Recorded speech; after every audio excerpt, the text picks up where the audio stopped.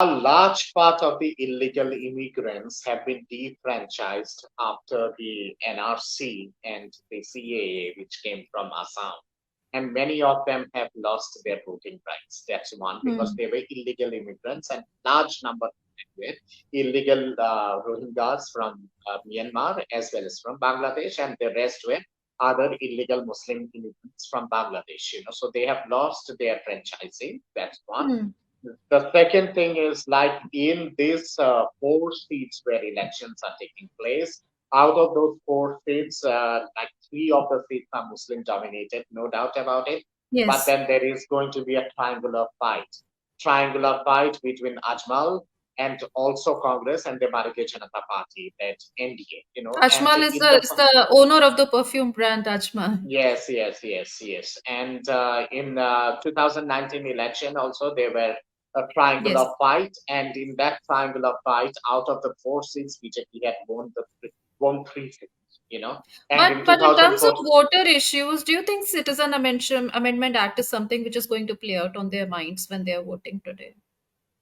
well, to the Hindu voters, definitely yes, and to the Assamese Hindu voters and the Bengali Hindu voters, definitely yes. That is Mhm. going to play up in their minds, that's for sure. Together with that, of course, the NRC is an issue in Assam, and that is also going to play a pivotal role. And of Hmm. course, the performance and the rapid development which has taken place in Assam in the last Yes. 10 years, because of a double engine government of Modi ji and the BJP government in Assam. Assam has seen historical development. Assam has seen historic development in the last 10 years, which was never seen before. And that So is true there of the is entire northeastern an region as entire well. northeastern region. Yeah. For the first time, they feel strongly connected with the rest of Bharat, because Yeah. they have been incorporated with the mainstream identity, which was never done in the past. So all these are major issues, and Northeast has always voted for the strong political power at the center, and it has Hmm. been a history. Whenever Congress was strong at the center, whole of Northeast had always gone with the Congress. Now that BJP is strong at the center, the whole of Northeast Yeah. is be going with Well, BJP, and that I has been must, the history, and yes. this will be repeated this time. Yes, and I must add here for the benefit of my viewers that the northeastern region, with today's voting in four seats of Assam, that will complete the voting for the entire northeastern region in the first three phases today. That marks the end of it. And this region has really come up in terms of development and connectivity, especially with neighboring Bangladesh in the last 10 years. And it has been seeing a lot of improvement in development and connectivity. But then there is the neighbor West Bengal, and what are the kind of issues that are going to play out there. The seats that are going to vote there today are also Muslim majority. And I want to quickly bring in the Sandesh Khali incident, which has become quite sensitive. Um, uh, just very quickly explaining to my viewers, Chief Minister and TMC leader Mamta Banerjee has accused the BJP of hatching a conspiracy about Sandesh Khali, which is a small island in the Sundarbans. And there has been a sting video released recently, which shows a BJP leader saying that this was indeed a conspiracy, that local TMC leaders were accused of exploiting and harassing local villager women. So this whole thing has come out quite sensitively and playing a lot on the mind of the voters there. Dr. Datta, my question to you is, how important is it going to be in the votes that go out today? Well, Bengal has got plethora of issues. You know, Cholabaji, cut money, then syndicate. Together with that, the other plethora of issues which are there, the education scam, then Mhm. the Naroda Sharoda scam, the Rose Valley scam, the innumerable number of scams which are there. Then there is also the sand mafia, the gold mafia, the cow mafia, and scams after scams are getting unfolded in Bengal in the last uh, 13 and a half years of Mamata Banerjee's government. Okay. Sandesh Khali is another huge blot in the track record of Mamata Banerjee. the observation of the Calcutta High Court, the 246-page judgment of the Calcutta High Court itself has filled the beans all over, in relation Mhm. to the education scam, also in relation to Sandesh Khali. The Calcutta High Court has been very, very stringent on the Mamata government in relation to Sandesh Khali. It's only at the insistence of the Calcutta High Court that, Okay. the CBI inquiry was initiated, and the person who was arrested, after 55 days, under the complete protection of the Kolkata police and the Bengal police. It is only Okay. the rapid slap which was given by the Calcutta High Court that finally Mamta had to, get the Sheikh and his stooges and his gundas arrested by the CBI and by the ED, you know. Okay. So these are something which are major issues. There are almost around 175, emails which have been sent by the victims of Sandesh Kali, by the women victims of Sandesh Kali, in through private emails to CBI, and all Mhm. those emails have been kept secret by the CBI under a dossier. That dossier has been given to the Calcutta High Court as well as to the Supreme Court. The observation of the Calcutta High Court has been very strong on this. I have Okay. traveled in Bengal recently. I have been to many places in Bengal. The USP of Mamata Banerjee in the past was her woman voter as well as the Yeah. minority voter. Yeah. That was her Minority strong, voters. yeah, And you feel the that was minority vote is going to be fragmented this time in West it Bengal? is going to be fragmented. Second thing is like the women voters who had blindly supported Didi.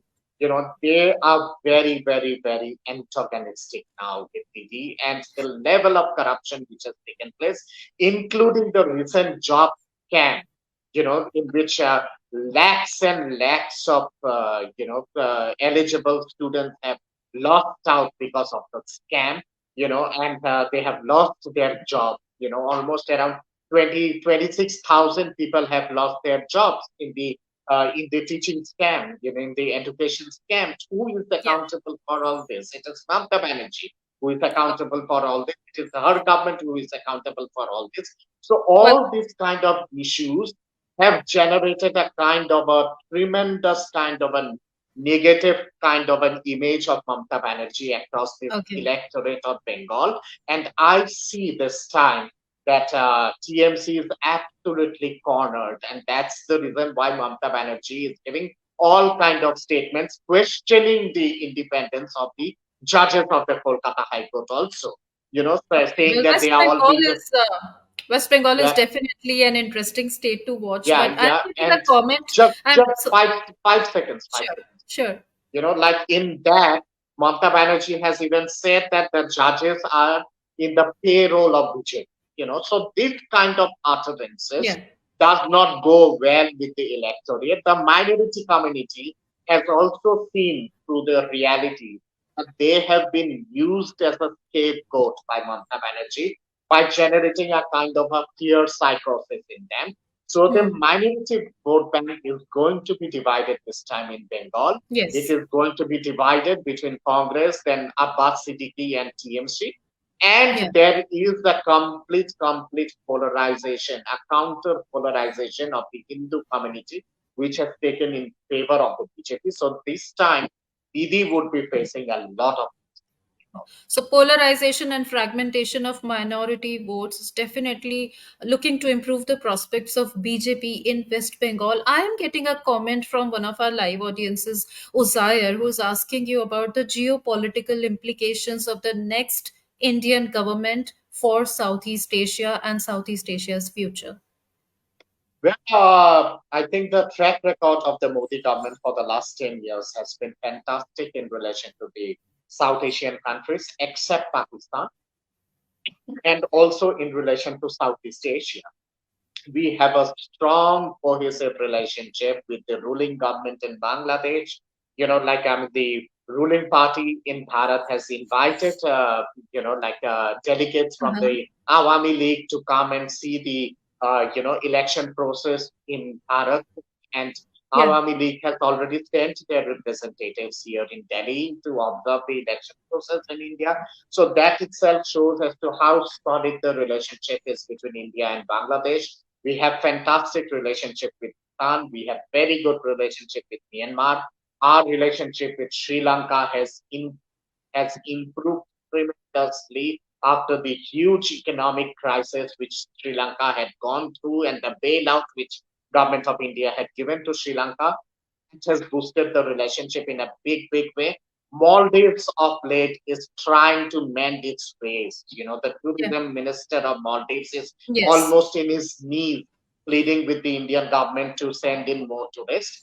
So that is also changing the contours there. We have lovely relationship with Southeast Asian countries, whether it's with Singapore, Malaysia, Indonesia, Thailand, Cambodia, Vietnam, Laos, name any country.